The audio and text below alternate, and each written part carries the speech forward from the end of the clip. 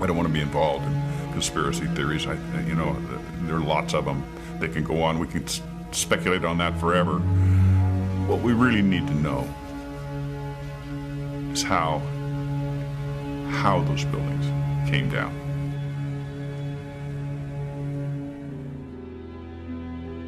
My husband Steve was 48 years old when he was killed on September 11th, 2001. He was in the North Tower on the 104th floor. There's so many unanswered questions, and that's scary to me. We never had answers.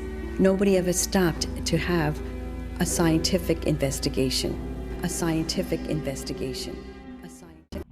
If we believe that fires brought down the World Trade Center buildings on 9/11, this is extremely troubling for those of us in the design professions, architects and engineers, even physicists. Buildings just don't behave like that. There was no hesitation. There was no hesitation when it was to hit story after story. The tops of the buildings were basically disintegrated. The fact that it was all reduced to rubble and powder just did not make sense at all. Our whole society is being led to believe that these fundamental laws of physics, hard science, don't apply anymore. And that's, I think that should frighten all of us. Also, psychologists, therapists, and counselors, along with theologian David Ray Griffin, who have a deep understanding of the personal issues associated with 9/11, will explain why it is so difficult for us to come to terms with the reality of these events, and learn how we can help ourselves and others with this difficult yet vital responsibility. We were confident, we felt secure, and all of a sudden that security collapsed. So the question becomes why?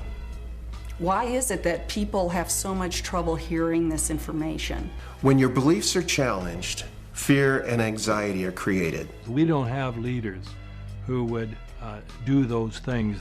I believe that to be the kind of country that we think we are, we have to face some of the things that are not as we think they are. We need the truth in order to heal.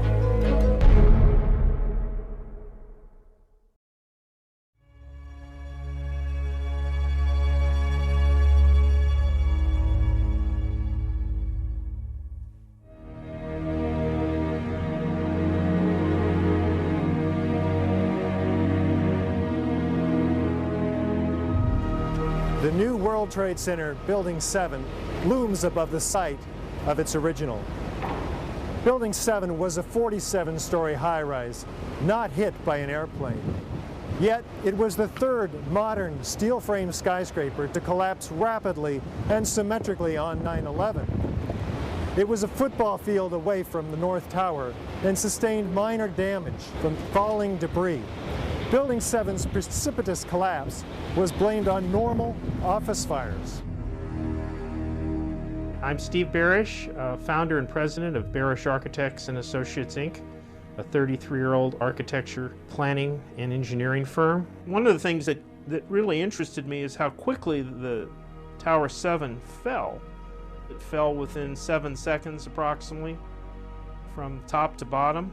This building was built in the mid-'80s and met all the codes at the time. From about 1965 until about 1985, most of my experience has been in high-rise, multi-story steel buildings. NIST would have us to believe that these was a typical office fire, scattered office fires, if you will, that brought this building down. Since the mid-'60s, I've tried to follow high-rise fires because they're something we worry a lot about as we design these buildings. And I'm not aware of any high-rise building that have come down as a result of fires. I first became aware of the problems with the official account of the collapse when I saw a DVD online from Architects and Engineers for 9/11 Truth. They pointed out various problems with the official story, and the ones that caught my attention were the rapid failure of the connections in order for the building to come down at the rate that it did. I've been involved in many large projects, including overseeing several high-rise buildings ranging in size from 14 stories to 40. Over the course of 20 years, I'm mainly called in to help with very large, difficult projects. When I watched Building 7 collapse, it basically left no doubt in my mind that something was wrong. Building 7 had not been hit by a plane. The coup de grace for me was when I found out that Building 7 had collapsed later that day. And when I saw Building 7 come down, to me, the fact that it looks like a perfect controlled demolition of an intact building.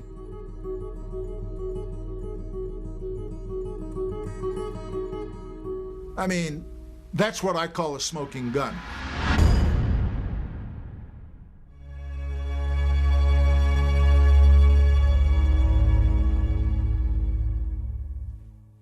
Was the structural steel from World Trade Center 7 preserved, documented, analyzed according to standard procedures for investigating engineering failures? Hailing the collapse study as an assessment rather than as an investigation has allowed valuable evidence in the form of the tower's structural steel to be destroyed. It is a steel that holds the primary key to understanding the chronology of the events resulting in the collapse. When did you become aware that the steel from the World Trade Center was being sold off? I think it was on the order of a week or so before we arrived on site on October the 5th, I believe it was. So in other words, the city was selling or was disposing of material within 2 weeks of the actual event? I believe I was the first one to find out that the steel is being recycled. New York Times reporter Jim Glantz told me 2 weeks after the collapse, and I tried to contact city, and also New York Times reporters tried to make sure we can have access to steel to do the research. It was not happening. I just think there's so much that has been lost in these last 6 months that we can never go back and retrieve, and it's not only unfortunate, it's borderline criminal. 400 truckloads per day of material were taken away from the World Trade Center site and sent to China for recycling. There were laws violated in the destruction of that evidence. And for the American Society of Civil Engineers to ignore those events is extremely disturbing and is a violation, in my opinion, of their professional code of ethics. It was contrary to the way all investigations are done. If an airplane crashes, they seal off the entire area, nobody touches anything, they move it to a secure location, and they reconstruct an aircraft.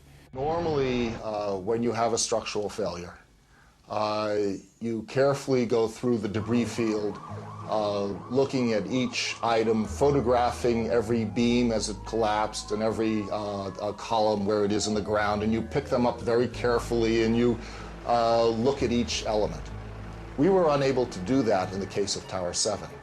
You can't do science when you are deprived of the evidence and when your hypothesis is the least valid instead of the most likely. When the most likely hypothesis in the case of Building 7 wasn't even mentioned. This is not science. It's trying to prove preconceived ideas.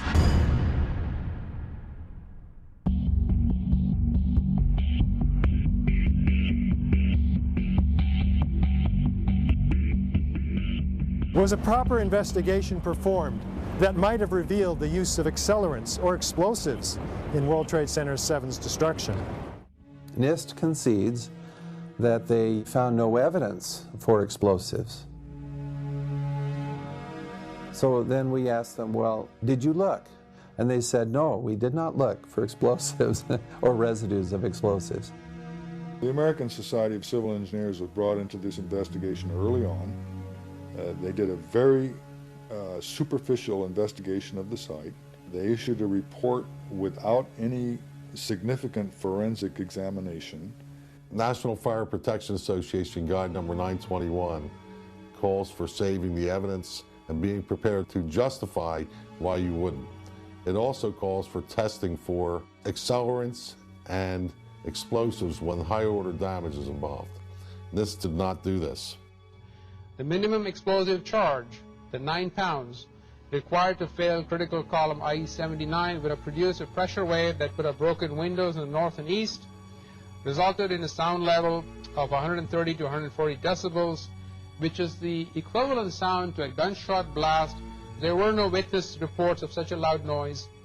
There were all kinds of firefighters and civilians that were reporting explosions. You heard explosions, like boom. It's like a distinct sound. It's not like when in compression, like boom, boom, boom, boom, boom, like floors that were dropping and collapsing. This was a boom, and like you felt a rumble in the ground, like almost like you wanted to grab onto something. Big explosion. Blew us back into the 8th floor. I'm okay, all right? Here, hold on. You want to call your mother or something? Just the fact that there were explosions means they need to be investigated. Terrorists used explosives in '93.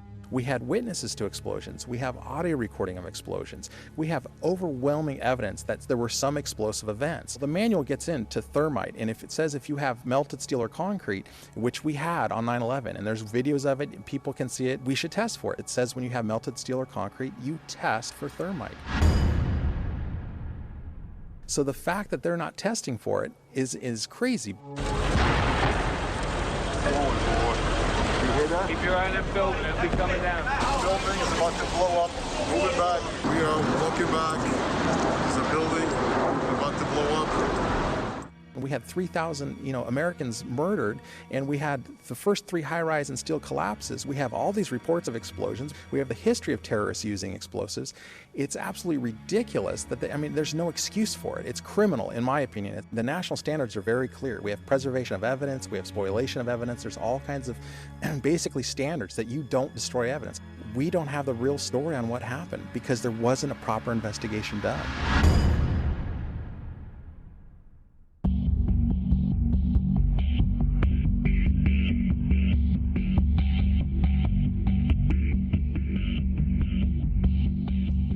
World Trade Center 7 collapsed because of fires fueled by office furnishings.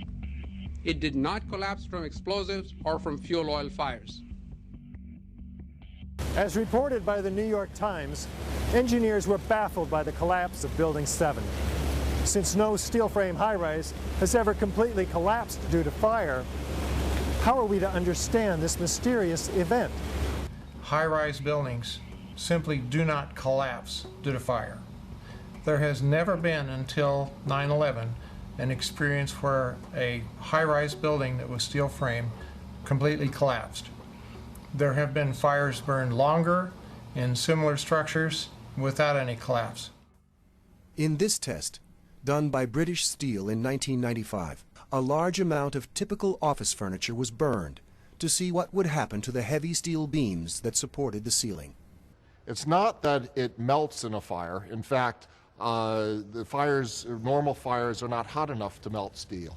Even if you were, for example, to use an unusual fuel like kerosene, you cannot achieve temperatures hot enough to melt steel.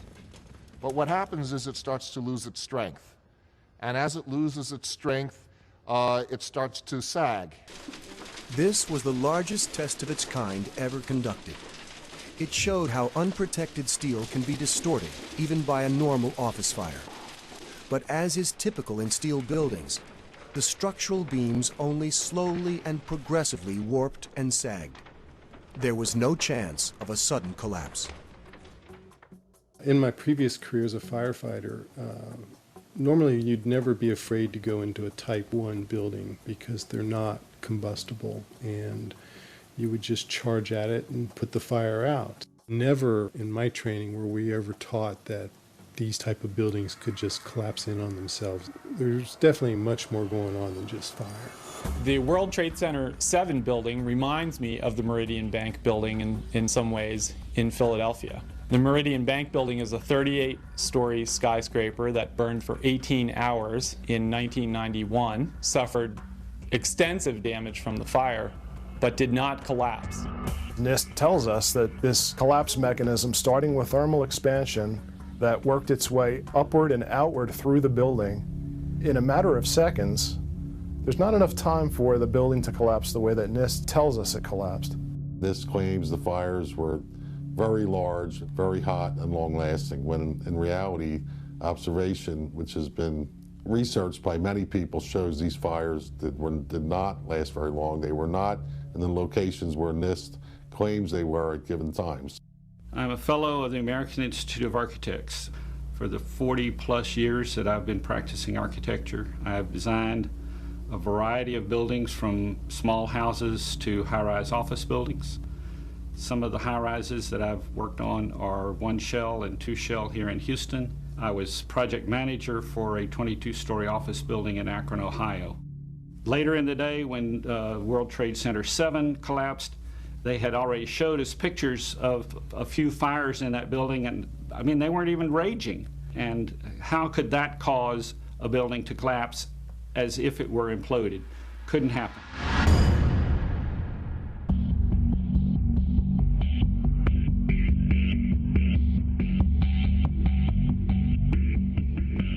According to lead investigator Shyam Sunder of the National Institute for Standards and Technology, NIST, World Trade Center 7 collapsed at free-fall acceleration for more than 100 feet of its fall. What does the speed of the collapse reveal to us? Essentially, in less than 7 seconds, Tower 7 came down upon itself. It's just like taking your car keys out and just dropping them. That's how fast the building came down, for over 100 feet. And the only way you can get that is when there's zero resistance. And so what we're looking at is a building just coming straight down, falling right through itself with zero resistance. Buildings don't have zero resistance, which is why you feel comfortable walking into a building. This building had 40,000 tons of structural steel in its structural system, and that is intended to keep it from going anywhere. I'd heard people say, well, it came down at free fall or close to free fall and so forth, so I decided I'd measure it myself. I had a simple tool at the time called a physics toolkit, which allowed me to take a video and put a dot on each frame to follow the motion of things. And I realized that it's actually coming down at free fall, pretty much dead on the acceleration of gravity. Well, NIST, in their final draft, was saying that the building came down with 40% longer than free fall time. How can such a publicly visible, easily measurable quantity be set aside? A free fall time would be an object that has no structural components below it. There was a structural resistance that was provided in this particular case. He was making our case for us. You can't have free fall when there's support. And in the final report, they modified it, and they actually admitted there was a period of free fall involved. But they never changed their model. Like, how do you all of a sudden allow for free fall when they just got done explaining how it couldn't have been in free fall? NIST is telling us that the building below it ceased to exist for the first few seconds of the collapse of the building. Well, things in physics just don't cease to exist and cease to resist the forces that are on them. The building didn't disappear so the building can fall for 100 feet at free fall speed. That's impossible. That's a violation of the fundamental law of physics that says that for every action there's an equal and opposite reaction. If floors fall, they tend to fall and are braced by the floor directly beneath it, and there's some delay there. Because of redundancy, because of all the other columns in the building that were not affected. Even if a floor were to collapse, it still wouldn't be able to collapse all of the connections simultaneously at the rate that it did without secondary explosions.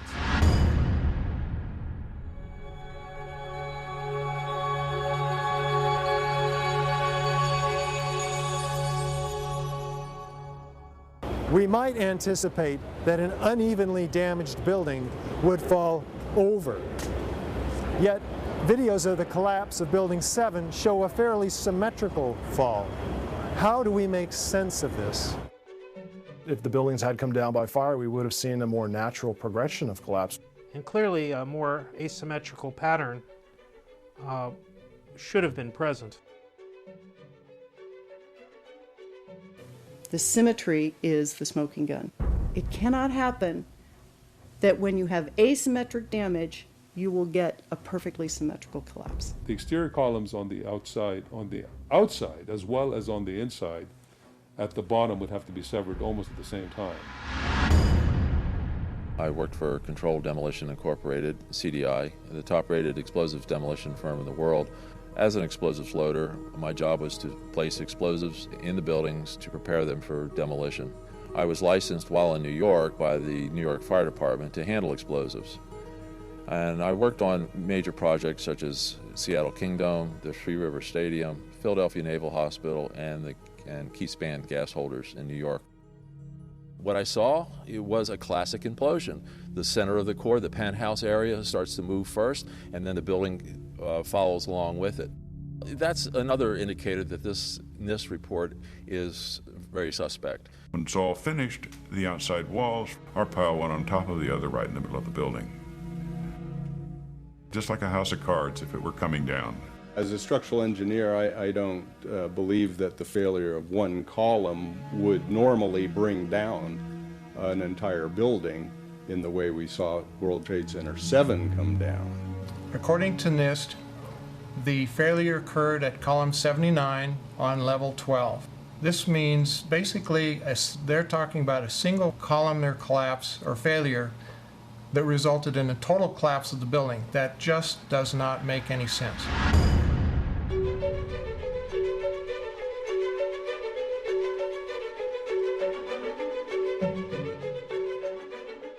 NIST provided computer animations in support of their fire collapse theory. But what do independent engineers say about these animations? When you observe the footage of how the building failed and when you look at the animation of the failure and compare that to what you actually observe in reality, I think they disprove their own theories. The exterior of the NIST World Trade Center 7 computer simulation model, which they put together to try to explain their theory, shows large, very large deformations which are not observed in the video of the actual event. Yet they don't attempt to explain this in the report. What we see on the real video is not a natural collapse.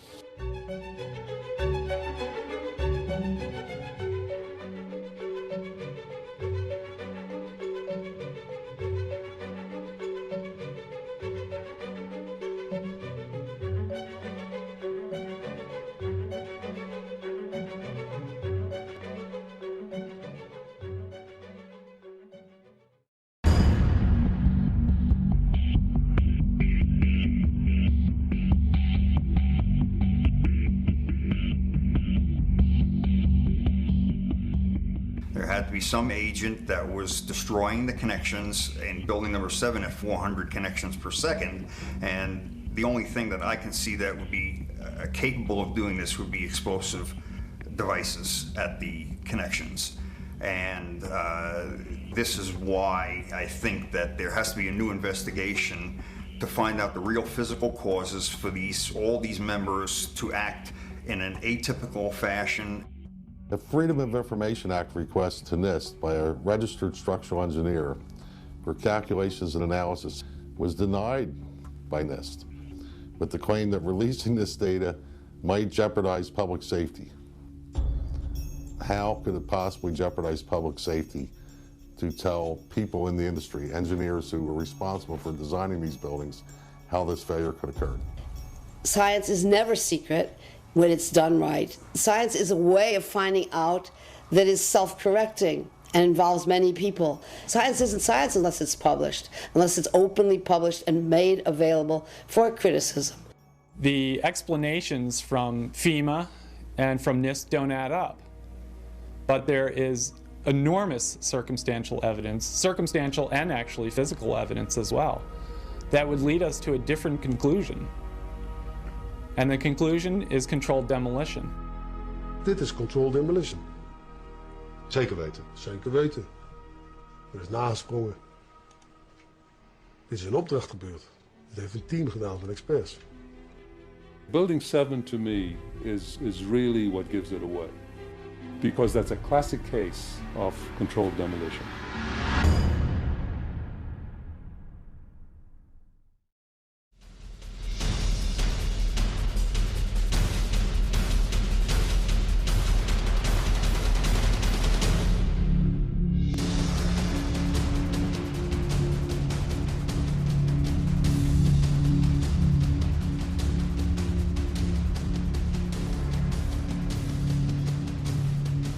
This is the original site of the World Trade Center Twin Towers. Construction is now underway where dramatic new facilities are being erected. Just 10 years ago, the planes hit the towers, cutting through some exterior and interior supporting structural steel columns. The fuel from the planes ignited office fires across several floors. According to the official reports, the structural steel frame was weakened and failed, causing a total progressive collapse of each tower. Does the official explanation make sense? Was there a comprehensive investigation that examined all of the evidence? I walked into the office and the first words that I heard was, "A plane's just run into the World Trade Center." And my initial thought was, well, that's okay. It's built to withstand a 707. It did not seem possible that these towers that were designed to withstand the impact of a 707 could possibly collapse in such a short order of time from the time that they were hit. They were designed to withstand hurricane force winds of up to 140 miles an hour. These buildings are built to handle several times the load above them. Those perimeter columns could handle 5 times the load above them, and the core columns could handle 3 times the load above them. I remember walking up to a window, and a young man turned to me with tears coming down his face, and he said, "Will they fall down?" And I said, "No." Never has a steel structure building in the history of steel structured buildings ever fallen down for the reasons of fire. The majority of the jet fuel was burnt up instantly in the big fireball, and it was gone. The fires that were left were office furnishings and carpet and things like that. A lot of things in these kind of buildings have to be fire resistant by nature. It's required by code. So there really isn't a whole lot of fuel in there to begin with. The media portrayed these fires as being extremely hot, but the fires were not that hot in World Trade Center 1 and 2. If you look at the NIST zone data, you could see this. And to use our own powers of observation, you could tell by seeing these fires and seeing black smoke come out the windows. That means that the fires were oxygen starved, and it was incomplete combustion. And so it was a low temperature fire. I looked up in a manual the burning temperature of jet fuel and found that under the conditions that existed at the World Trade Center on 9/11, that jet fuel had to have been burning at about 750 degrees Fahrenheit. I also noticed that the official explanation of what happened there was that the heat from the fire supposedly softened the steel and thereby brought the buildings down. If you have a flame at 750 degrees, you can hold that flame under a steel beam forever, and you'll never reach a high enough temperature to bend steel, let alone melt it. So immediately I knew at that point that the official explanation was dead wrong.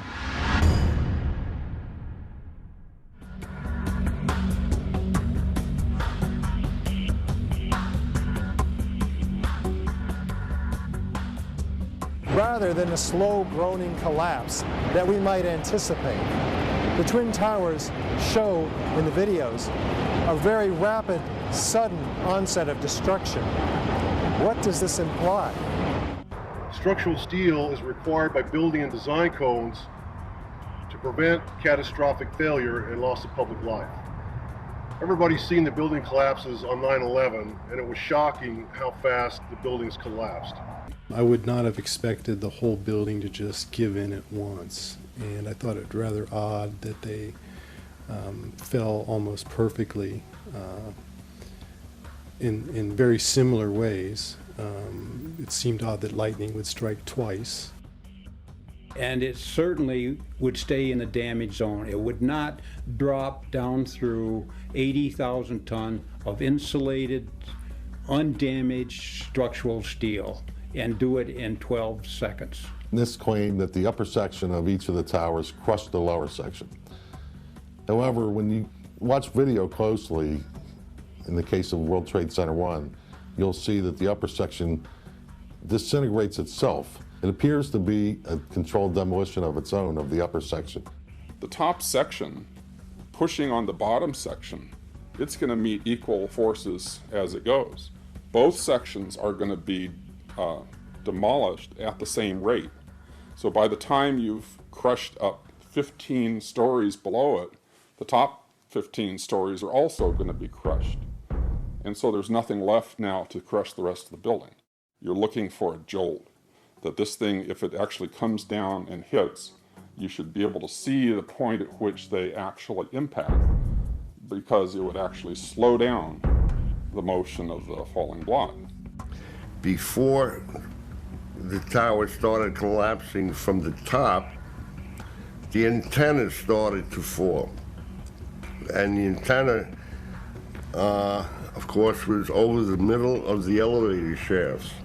I'm very familiar with the interior structure that surrounded the elevator shafts and the accessibility which the elevator companies had 24/7.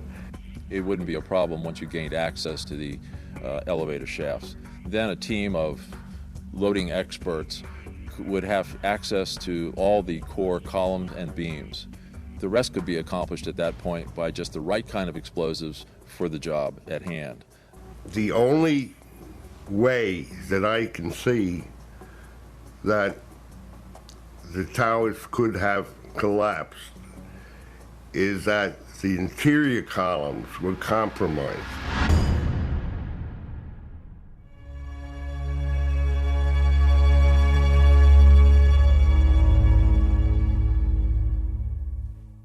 NIST, the National Institute of Standards and Technology, acknowledges that the towers came down at essentially free-fall acceleration. What are the implications of that admission? The measurements have indicated that Tower 1 collapsed in about 11 seconds and Tower 2 collapsed in about 9 seconds. This is essentially the rate at which free fall would happen. The buildings actually accelerated as they came down, meaning they were not getting resistance from these massive columns in the center of the core of this building. The core of this building was very heavy. They're huge columns, huge. This block accelerates straight down, or is picking up speed downward continually. It doesn't slow down, it just continues to gain speed. It accelerates the entire time.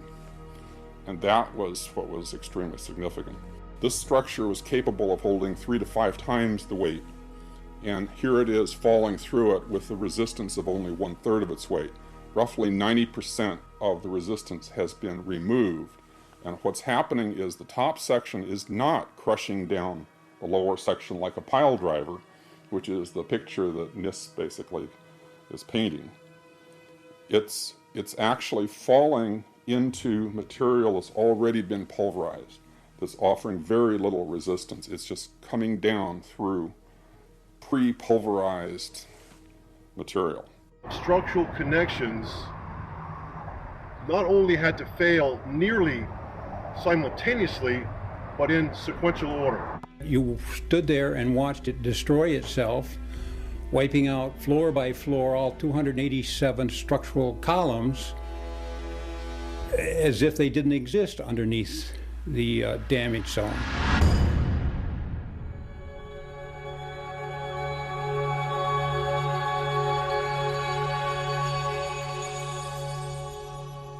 Over 100 first responders reported sounds of explosions and flashes of light at the onset of destruction of both towers. These were not discussed in the NIST report. What did these eyewitnesses actually see and hear? As we were getting our gear on and making our way to the stairway, there was a heavy-duty explosion inside the lobby. We stuck on the stairs for a while. We finally got down to the lobby. Then we get to the lobby, it was this big explosion. There were numerous secondary explosions taking place in that building.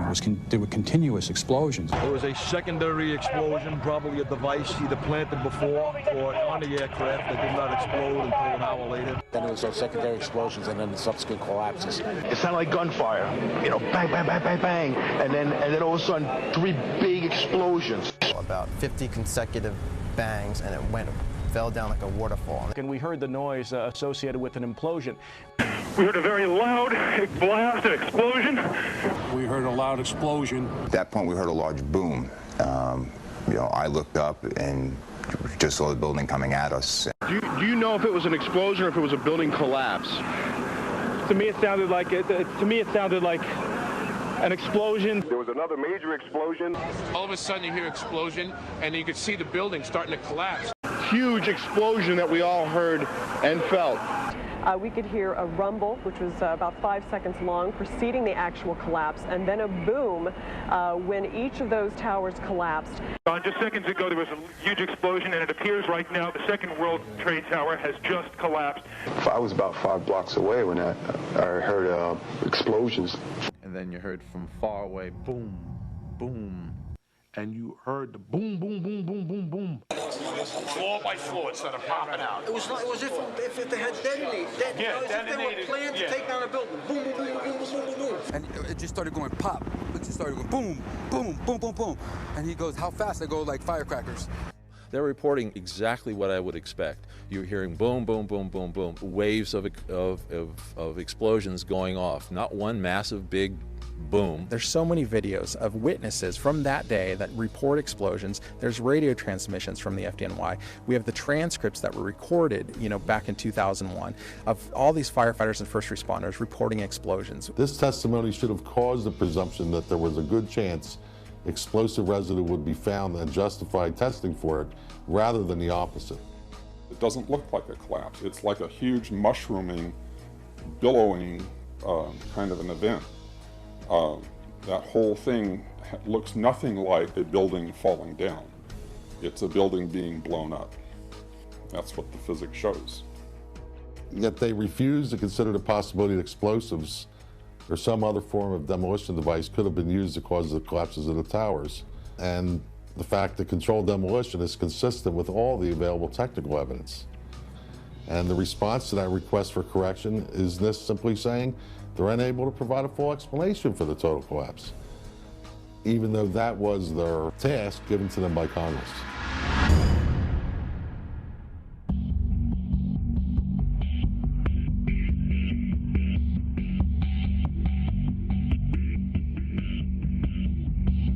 FEMA documents a 1,200-foot diameter debris field around each tower. Videos show multi-ton steel sections of hundreds of individual steel pieces ejecting out of the towers at 60 miles an hour for a distance of 600 feet. They also show clouds of debris pulverized in mid-air and isolated explosive ejections as many as 60 stories below the so-called crush zone. Videos also show the near total destruction of both towers. What does all this tell us about the forces and energies involved in the destruction? The spread of debris in a large radius around each tower. What we see is an outward explosion of material beyond the perimeters of each footprint. And this is not expected, and it's not congruent with the reports of our government. Large multi-ton beams were hurled hundreds of yards laterally. Gravity works vertically, not laterally.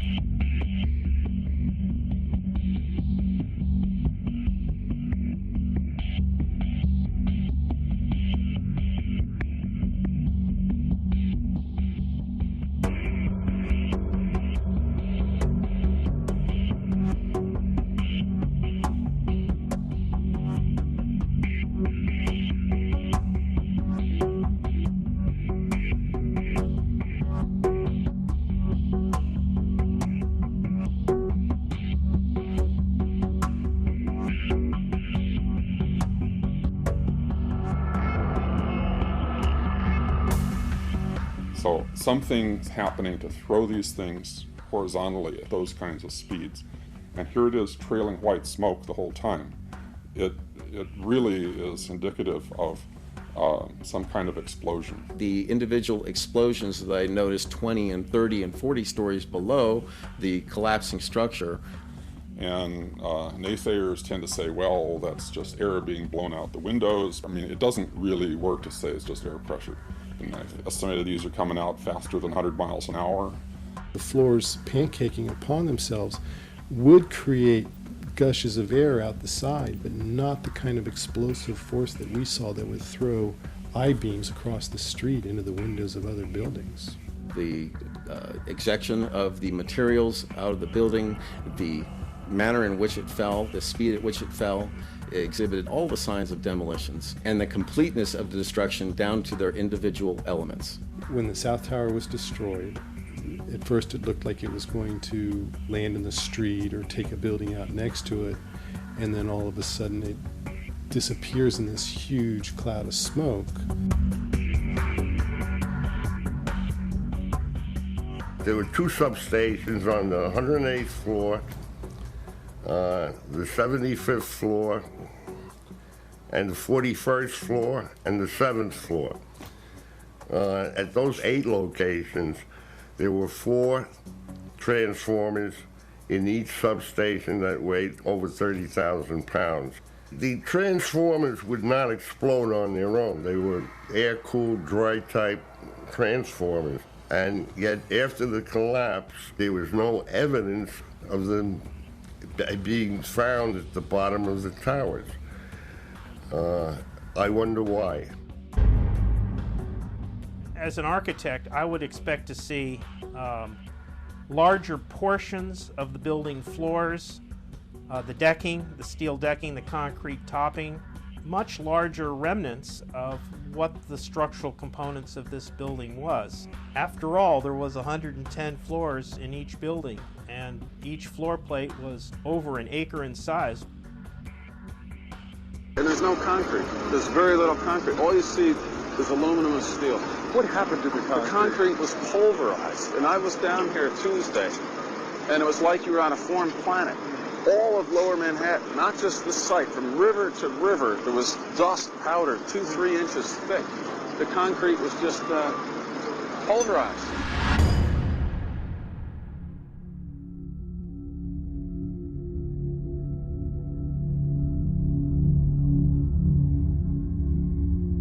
In its report on World Trade Center 7, which came out in May of 2002, FEMA documents in Appendix C steel that has been melted and even partially evaporated, resembling Swiss cheese. What are we to make of this? This was the size of steel that they used in the construction of Tower 7. They didn't use this particular kind of steel in Towers 1 or Towers 2. So that's why we know its pedigree. It was a surprise to me because it was so eroded and deformed, and so we took it for analysis in the lab. One section of steel was kept. How it got to be in its present state was described by the New York Times as perhaps the deepest mystery uncovered in the investigation. There's parts where the entire half-inch of the beam is gone, entirely dissolved right through, and so something happened to cause the steel to really thin and in some places to disappear entirely. Well, it was attacked by what we determined was a liquid slag. When we did the analysis, we actually identified it as a liquid containing iron, sulfur, and oxygen. I'd like to know why NIST excluded the evidence of melting steel. Why is this not included? Why is this forensic evidence not being included in the report?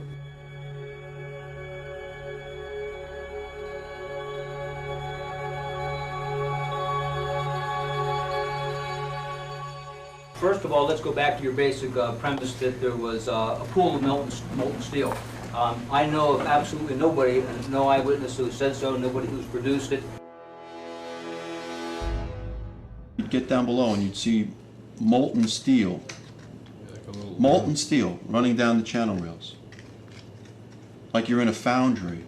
Yeah, like lava. Like lava from a volcano. Actually melted beams where it was molten steel that was being dug out. Underground, it was still so hot that molten metal dripped down the sides of a wall. It's this fused element of steel, molten steel and concrete and all of these things all fused by the heat into one single element. And they pulled off a big block of concrete, and there was like a little river of steel flowing.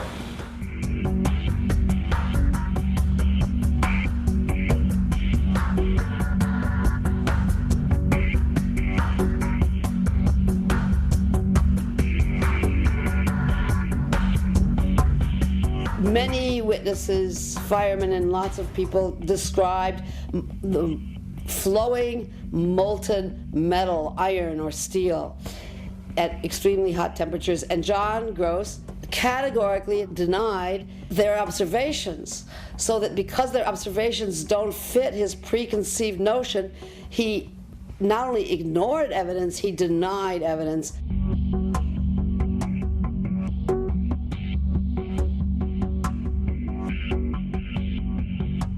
There were reports of molten steel having been seen in the rubble pile of all three buildings, and I knew that jet fuel, which is essentially kerosene, is not capable of melting steel nor iron.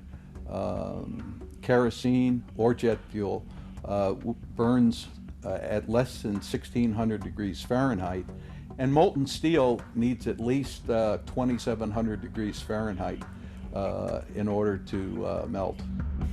In an office fire, you cannot generate enough heat to melt steel. And yet we have evidence of molten iron in the microspheres, in the rubble pile, and the metal pouring out of the side of the tower.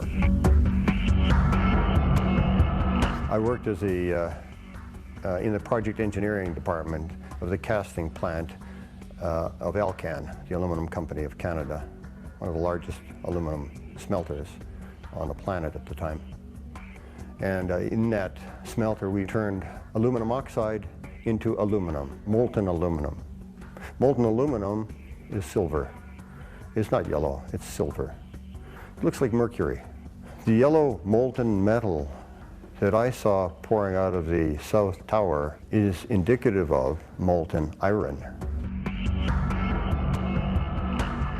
The official explanation of what happened there was that the heat from the fire supposedly softened the steel and thereby brought the buildings down. Well, second law of thermodynamics says, just like water can only flow downhill when it's poured on the ground, similarly heat can only move downhill. But with heat, downhill means from a region of higher temperature to a region of lower temperature. And the heat flowing uphill from a 750-degree flame to a 3,000-degree puddle of molten steel violated the second law of thermodynamics. The only way that's known that a carbonaceous material can cause steel or iron oxide to turn into a molten metal is in a blast furnace. Yeah, and that's very different than what we had. So what is this molten metal? It's a direct evidence for the use of thermite. An incendiary used by the military, thermite is a compound of iron oxide and aluminum, which when ignited sustains an extreme heat reaction, creating molten iron. In just 2 seconds, thermite can reach temperatures over 4,500 degrees Fahrenheit, quite enough to liquefy steel. We know that open-air fires cannot burn hot enough to melt steel, but metal had melted at the base of the towers. I found a pore in the steel that had pure sulfur embedded in the pore, which I thought was very strange, and so that's when I really started looking for sulfur and finding it in more abundance in some of these phases. There's a government theory that calcium sulfate from gypsum boards was the source of sulfur, and that's wrong. Calcium sulfate cannot undergo any kind of a chemical reaction that produces the element sulfur, And we're not dealing with any kind of compound of sulfur. When we're talking about sulfidation, we're dealing with the element sulfur. There's a version of thermite called thermate, which has sulfur in the thermate. And what the sulfur does is it's sort of like salt on ice. And it just basically makes the steel melt at a lower temperature. And if you do a search on Google for thermite and building demolition, you can find devices that have been fabricated and invented that use thermite for building demolitions. In the case of thermite cutting charges, you would have heard far less noise since they are worked by thermal heating, melting of the steel, rather than an explosive cutting as in RDX charges. Overflights had detected with infrared camera 1400 degree Fahrenheit hotspots on the surface of ground zero. And that being there for a week indicates that there was something very hot going on below the surface. So thermite would also explain potentially the fact that the fires could not be put out at ground zero. The fires lasted for quite a while, but most importantly, they were deep within the pile, where people would expect that the environment was oxygen starved. And thermite could explain this because it has its own oxidant within. It's actually the metallic oxide that provides the oxidant to allow the incendiary thermite reaction to occur, even underwater.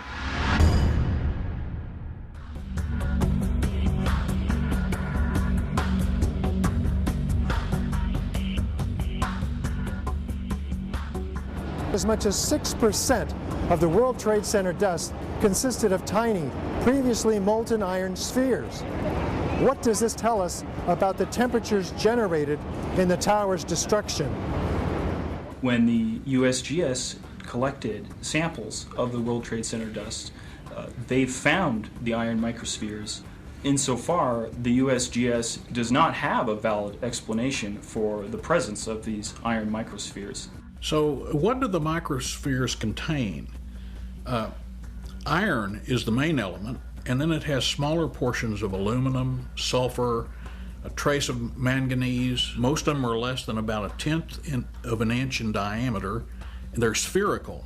And they're found in all of the dust blown out of the buildings during collapse, no matter where in Manhattan that dust is picked up. You must have had a much hotter heat source for you to get 2,700 degrees Fahrenheit in order to melt the iron to get these molten spheres. Your heat source must be something like a chemical reaction, an exothermic chemical reaction that reacts, in the case of thermite, reacts at 4,500 degrees Fahrenheit. My contention, based on finding thermite residue in the dust, is that it happened before. It didn't happen after in the fires that ensued in the rubble pile afterwards. It's all the characteristics of the microspheres, along with what I see in the attack of the beams that were actually found, tell me that thermite was involved in melting those steel beams.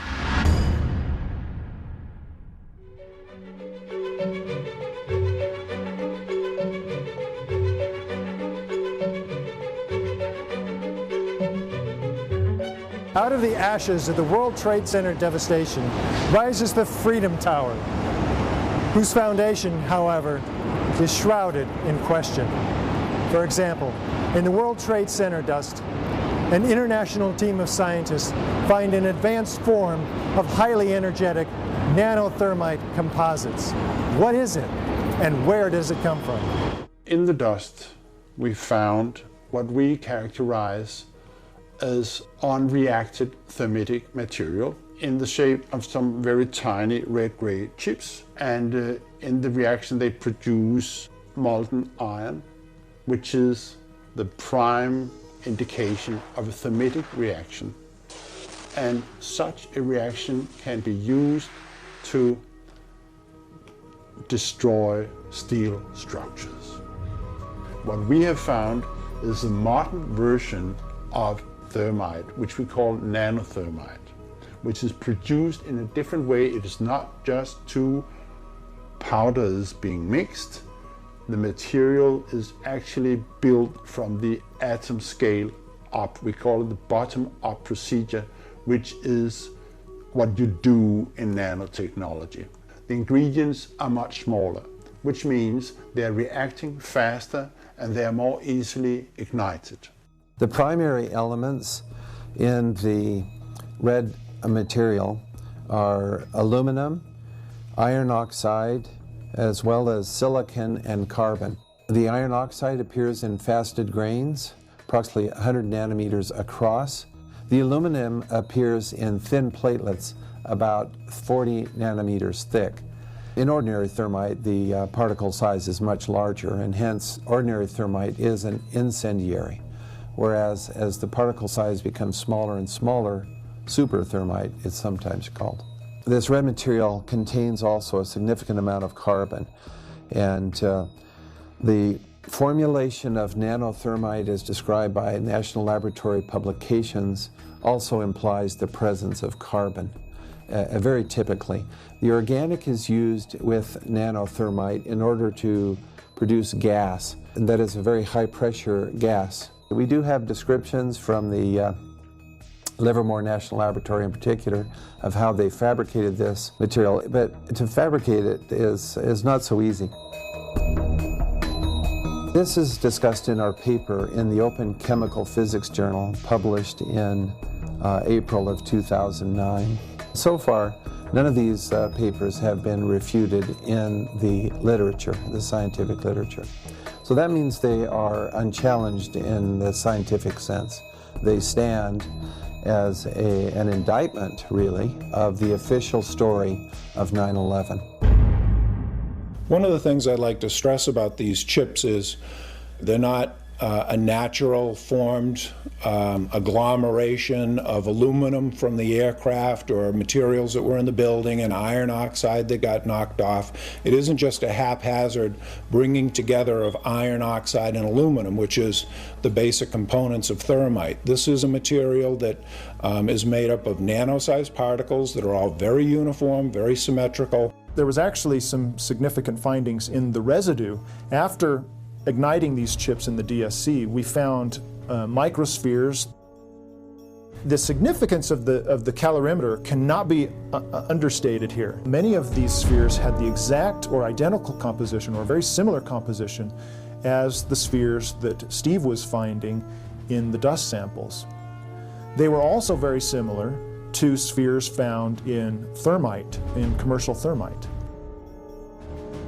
There were no microspheres found in the paint sample that had been ignited in the DSC.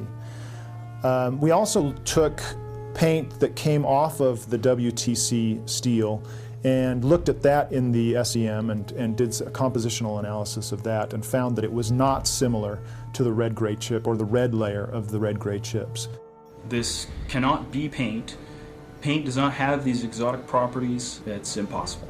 This is material that is of military use that really shouldn't be there.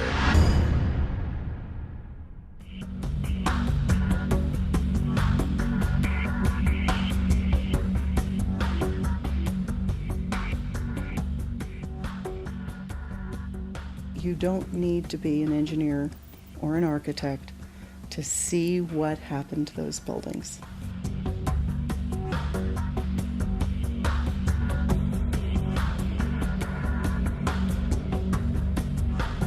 Any honest investigator would be looking at this and looking for explosives and so forth. The NIST investigation didn't go there. They just would not look for explosives.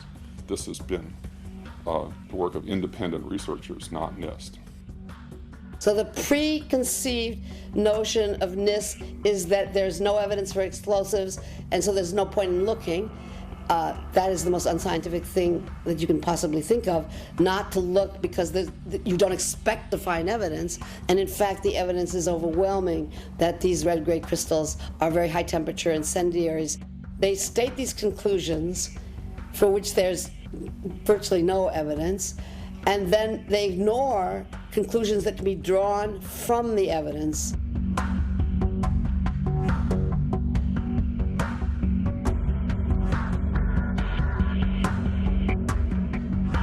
The physical chemistry of everything that I wrote about is consistent with no other hypothesis. And all of the testimony of eyewitnesses, all of the video evidence supports only controlled demolition as the cause of all 3 World Trade Center buildings' destruction. That conclusion I come to based upon, first of all, my training, my education, particularly my experience in blowing up major structures that had been designed to withstand blasts. The experience that I had gained in the military and as an engineer was irrefutable. I couldn't come to any other conclusion except for the fact that those buildings were brought down by explosives. They fit the profile. The only way that a building can accelerate as it collapses is by having pre-engineered, precisely timed, and precisely placed explosives. In other words, controlled demolition. We have a professional responsibility, and I urge every engineer and architect and demolitions expert and anybody that has any knowledge in this field to examine the evidence and stand up and be counted, because the rest of the world is depending upon us. We know we've been lied to about 9/11. We don't know for sure who did it. We don't know exactly how they did everything. And that's why we need a new investigation to find out. We do know that there was a massive cover-up, that there was evidence hidden and destroyed. The American people absolutely need the truth of 9/11.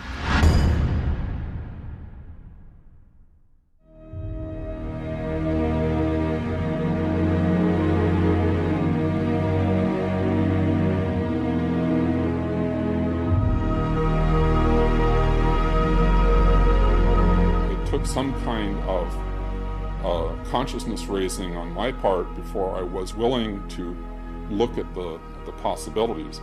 And really, you need to go where the evidence leads. Let's look at it objectively. Let's look at the evidence, not these fabricated computer models and hearsay and all these predetermined conclusions. Let's really open it up again and investigate this thing properly, and then come to conclusions.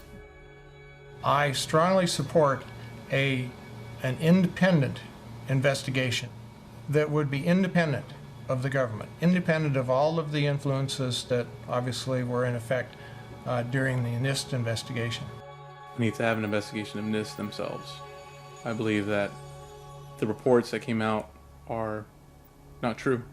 I believe there's a lot of information that was omitted, blatantly or otherwise. We need the truth because our nation has invested so much in the official story of 9/11 and in terms of what we have assumed that has happened, and we really can't go down the same road without knowing what actually happened. What happened on 9/11 is not something that is just going to go away. This is very pertinent to us today. I wish to further the investigation, and I want to make a difference because I want this to be a safe and better place for my children.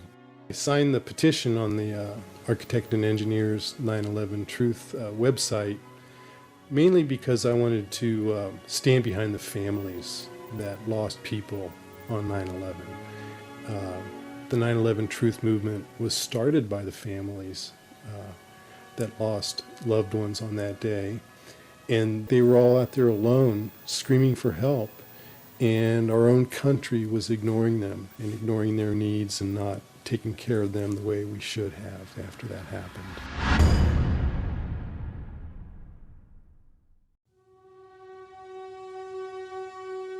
Most of us who have lived with the events of 9/11 have, as a result, experienced some kind of trauma.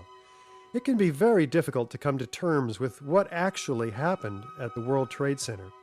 In fact, someone told me recently, "I wouldn't believe what you're telling me even if it were true." Our petition signers with psychological expertise have stepped forward to offer their insight. While this segment is clearly outside the knowledge base of the architects and engineers for 9/11 Truth, these experts in psychology highlight their valuable experience for us as to why this evidence can still be so difficult for people to accept. As we know, the horrors of what happened on 9/11 were televised all over the world, and they were televised, in fact, live. We witnessed the deaths of almost 3,000 of our fellow Americans. We know this had a very severe and traumatic impact on a large majority of the population. At this point, we have 9 years of hard scientific evidence that disproves the government theory about what happened on September 11th, and yet people continue to be either oblivious to the fact that this information exists or completely resistant to looking at this information. So the question becomes why? Why is it that people have so much trouble hearing this information? From my work, I think we would be remiss not to look at the impact of trauma. Many people respond to these truths in a very deep way. Some have a visceral reaction like they've been punched in the stomach. To begin to accept the possibility that the government was involved is like opening Pandora's box. If you open the lid and peek in a little bit, it's going to challenge some of your fundamental beliefs about the world. If we can think of our worldview as being sort of our mental and emotional home, I think all of us will do just about anything to defend our homes, to defend our families. And so I see that with people, and I saw that with myself when my brother tried to talk with me about it, of don't mess with me, don't mess with my home, don't mess with my comfort with how things are. About a week later, I read a lengthy article by Professor Griffin about why he believes the official account of 9/11 cannot be true. And it was a very well-researched article. It was in my office at the time. I sat there and I felt my stomach churning. I thought maybe I was going to be sick. And I leaped out of my chair and ran out the door and took a long walk around the block, around several blocks, and just broke down. I understand now that what was happening was my worldview about my government being in some way my protector, almost like a parent, had been dashed, and it was like being cast out into the wilderness, I think is the closest way to describe that feeling. And I sobbed, felt like the ground had completely disappeared beneath my feet. And I knew at some point during the walk that I knew that I was going to have to become active in educating other people about this, that for me to retain any sense of integrity, I was going to have to take some action. I couldn't just let something like this go. When we hear information that contradicts our worldview, social psychologists call the resulting insecurity cognitive dissonance. For example, with 9/11, we have one cognition, which is what the official story of 9/11, what our government told us, what our media repeated to us over and over, that 19 Muslims attacked us. On the other hand, we have what scientists, researchers, architects, engineers are now beginning to tell us, which is that there is evidence that shows that the official story cannot be true. So now we've lost our sense of security. We are starting to feel vulnerable. Now we're confused. 9/11 truth challenges the beliefs that our country protects us and keeps us safe, and that America is the good guy. When your beliefs are challenged, fear and anxiety are created. In response to that, our psychological defenses kick in, and they protect us from these emotions. Denial, which is probably the most primitive psychological defense, is the one most likely to kick in when our beliefs are challenged. And it's a very, very uncomfortable state to be in. And eventually our mind shuts off. Just like when a computer is overloaded, our minds get overloaded. We can't handle it anymore and we shut down. And what some of us will tend to do is deny the evidence that's coming our way and stick to the original story, the official story, and to try to regain our equilibrium in that way.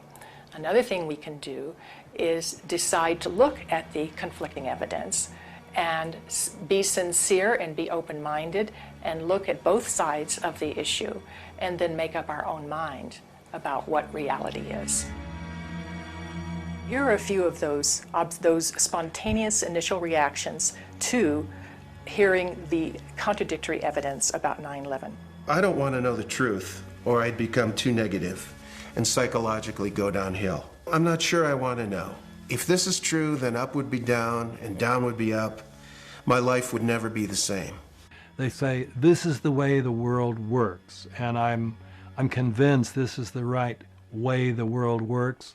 9/11 doesn't fit into that paradigm. So I don't need to look at the evidence. Fran, I refuse to believe that many Americans could be that satanically treasonous. Someone would have talked. But these are beliefs. They are not scientific facts. But these beliefs do keep us from looking at the empirical evidence. Whenever we say, I refuse to believe, we can be sure that the evidence that's coming our way is not bearable and that it's conflicting with our worldview much too much. As I thought about all of these responses, I realized that what is common to every one of them is the emotion of fear. People are afraid of being ostracized, they're afraid of being alienated, they're afraid of being shunned, they're afraid of their lives being inconvenienced, they'd have to change their lives, they're afraid of being confused, they're afraid of psychological deterioration, they're afraid of feeling helpless and vulnerable. And they're afraid that they won't be able to handle the feelings that are coming up. None of us want to feel helpless and vulnerable.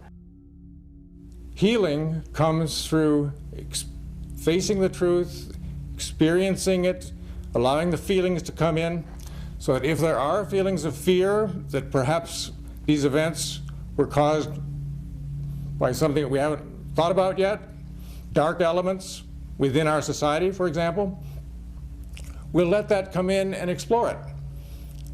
Let the light shine on whatever happened. This will be the most healing process. The Germans did this after their war. The South Africans did this after apartheid. Reconciliation through the truth is what is a deep path to psychological recovery from the myths and lies around which this historical event has been cloaked in the official view. One of the ways to deal with the trauma is to find the answers. That's why I think it is of such importance to have a comprehensive investigation. To work together to expose what happened, regardless of where the evidence takes us. That's what we expect in our state government, law enforcement. I think that by putting science together with the law, we will have a psychological healing around the impossible cognition that has been produced on that day. After World War II, part of the way that Jewish people honored the dead was by making sure that the truth was known and that the value of these people was respected. Not pursuing the truth about 9/11 disrespects the value of the life of the people that died. Thinking that we're above such things, that it could happen in other countries, but it couldn't happen here, that's a lack of humility, and that's excessive pride. And so not being able to see our dark side or our weaknesses is the most dangerous thing. A feature of American history that makes us particularly liable to this pride is this notion that's called exceptionalism, that America is the exceptional nation. And that began from the beginning as this country was formed. The people would say, well, there was so much evil in the European country, so much cheating, so much lying, so much using the people for the ruler's purposes, but not in America. We have leaders that are free from those sins. So I think this has made 9/11 particularly difficult for Americans. So we need to understand that Questioning is patriotic. Questioning is what we're supposed to do as citizens. That's our duty. When something like 9/11 happens, we need to be sure that we have a real investigation into who the perpetrators are, and then we need to be sure that those perpetrators are held legally accountable. It's part of the healing process on the individual level as on the collective level. We need the truth in order to heal. My name's Bob McIlvaine. I'm from right outside the Philadelphia area, and I'm the father of Bobby McIlvaine, who was killed in the lobby of the North Tower on September 11, 2001. He was one of the first 10 bodies found. We took him home that week. We were one of the few. I finally found a doctor who examined him. All his injuries were in the face, the front of his face was blown off, massive cuts in his chest and his right arm were blown off. To me, that means explosion. What happened on September 11th was the tragedy where Neil was on Flight 175 and it crashed into the second tower. And I can't imagine what happened to him. My brother was my best friend. David has always been a firefighter. My brother went in to save people's lives. I'm a family member trying to find out the answers to the murder of 3,000 plus people. I'm Jane Policino. My husband Steve was 48 years old when he was killed on September 11th. I have no identification. Why is that? It seems to me we should know why over 1,000 victims there are no trace for, and no identification, no trace of over 1,000 victims. Just a few years ago, they were still finding body parts on the roofs of buildings. What is that? We should know why there are over 700 bone fragments found on the top of Deutsche Bank building less than a half an inch long. We should have that information. Why were they up there? Why weren't they found? What kind of explosion was there? And the explosions were brought up many a times, talking to firemen, talking to medics, talking to everyone. Everybody talked about these explosions. I want the officials that are in power to ask the questions. I want answers. Please look at architects and engineers. People all around the world, scientists all around the world are questioning this. When you bring science into the equation, that's so important because you can't argue against science. And there's some deep, deep explaining to do. The bottom line is that it needs to be investigated properly. We will never heal. This country will never, ever, ever forget that day. We have to demand a new investigation. I want justice here.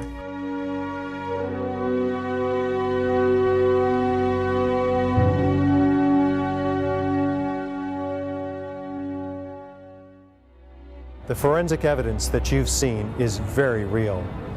New light has been shown.